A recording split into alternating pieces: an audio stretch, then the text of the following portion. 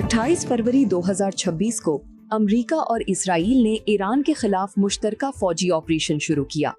Iran ने फौरी जवाबी कार्रवाई करते हुए इसराइल के शहरों तल अबीब और हैफा पर मिसाइल हमले किए। जंग जल्द ही खित्ते के दीगर ममालिक तक फैल गई। खलीजी रियासतों में मुत्तहिदा अरब अमारात, सऊदी अरब, कुवैत, कतर, बहरीन और उर्दन में हमले हुए। इस जंग के दौरान 20 अमरीकी फौजी मकामात मुतासिर हुए और 42 अमरीकी तैयारों को नुकसान पहुंचा। जंग के मौशी असरात भी शदीद रहे।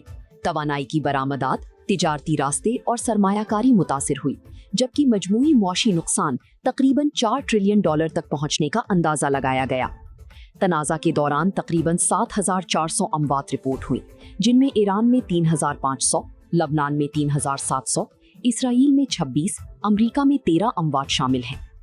पाकिस्तान जंग के दौरान मुज़ाकरात और बातचीत से मसाइल हल करने के लिए फरीक़ैन से मुकम्मल राब्ते में रहा, जिसके बाद 8 अप्रैल 2026 को वज़ीर आज़म शहबाज शरीफ ने 38 दिन की जंग के बाद 2 हफ्तों की जंगबंदी का ऐलान किया।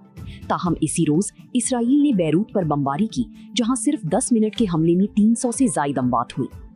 11 और 12 अप्रैल को पाकिस्तान की सफारती कोशिशों के नतीजे में इस्लामाबाद मुज़ाकरात मुनक़िद हुए, जिनमें अमरीकी वफ़द की क़यादत JD वैंस, स्टीव विटकॉफ और जैरेड कुशनर ने की, जबकि ईरानी वफ़द में मोहम्मद बाकिर क़ालिबाफ, वज़ीर ख़ारजा अब्बास इराक़ची और दीगर आला हुक्काम शरीक हुए।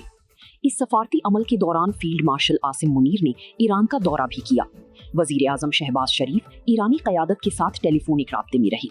इन राब्तों और मुज़ाकरात को जंगबंदी और बाद की सियासी हल की जानिब पाकिस्तान की अहम सफारती कोशिश करार दिया गया।